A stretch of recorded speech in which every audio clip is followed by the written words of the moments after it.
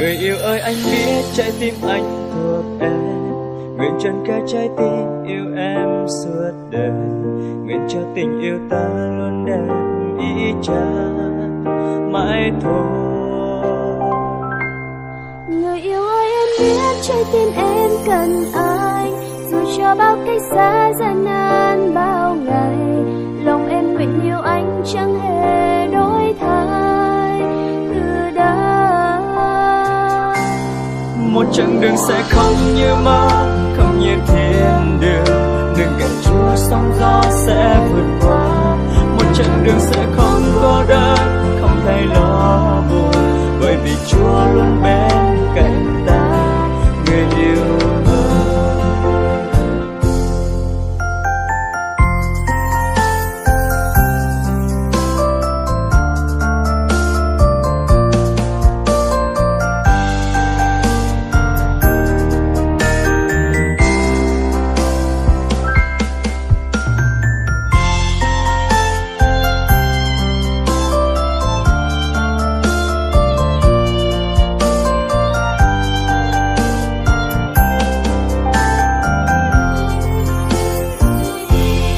Người yêu ơi ta hứa mãi bên nhau ngày sau, từng niềm vui có nhau sẽ chia bao nỗi buồn, lòng ta nguyện bên nhau chẳng hề cách xa từ đây. Và giờ đây ta đứng trước ngôi Cha toàn năng, cầu xin Chúa dắt đỡ chăm lo mỗi ngày, lòng ta nguyện cậy nương nơi Cha tình yêu từng bước đi. Một chặng đường sẽ không như mơ, không như thiên đường, đừng cạnh Chúa sóng gió sẽ vượt qua. Một chặng đường sẽ không cô đơn, không thay lo buồn, bởi vì Chúa luôn bên cạnh ta, người yêu ơi. Một chặng đường sẽ không như mơ, không như thiên đường, đừng cạnh Chúa sóng gió sẽ vượt qua. Một chặng đường sẽ không cô đơn, không thay lo buồn, bởi vì Chúa luôn bên cạnh ta, người yêu ơi. Người yêu ơi anh biết trái tim anh thuộc em, nguyện trần cả trái tim yêu em suốt đời, nguyện cho tình yêu ta luôn đẹp ý Cha mãi thôi.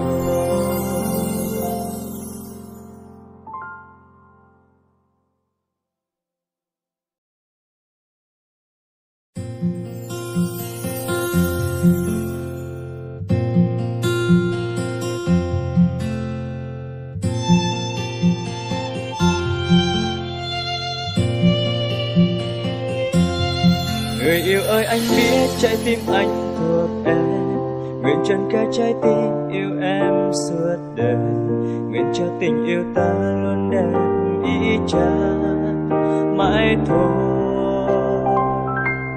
Người yêu ơi em biết trái tim em cần anh, dù cho bao cách xa gian nan bao ngày, lòng em nguyện yêu anh chẳng hề đổi thay từ đây. Một chặng đường sẽ không như mơ, không như thiên đường, đừng cạnh Chúa sóng gió sẽ vượt qua. Một chặng đường sẽ không cô đơn, không thay lo buồn, bởi vì Chúa luôn bên cạnh ta, người yêu ơi.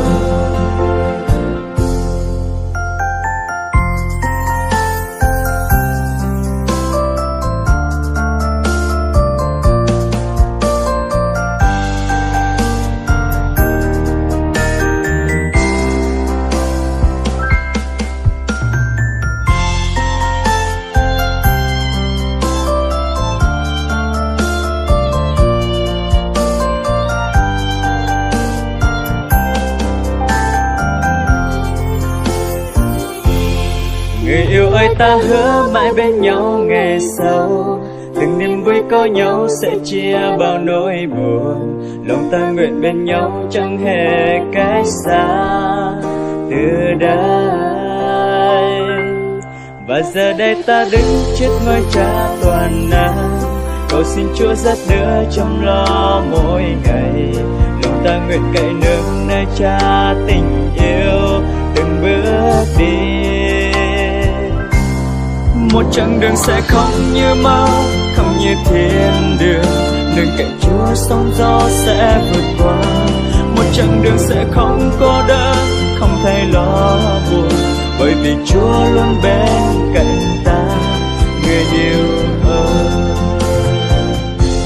Một chặng đường sẽ không như mơ, không như thiên đường, nương cậy Chúa sóng gió sẽ vượt qua.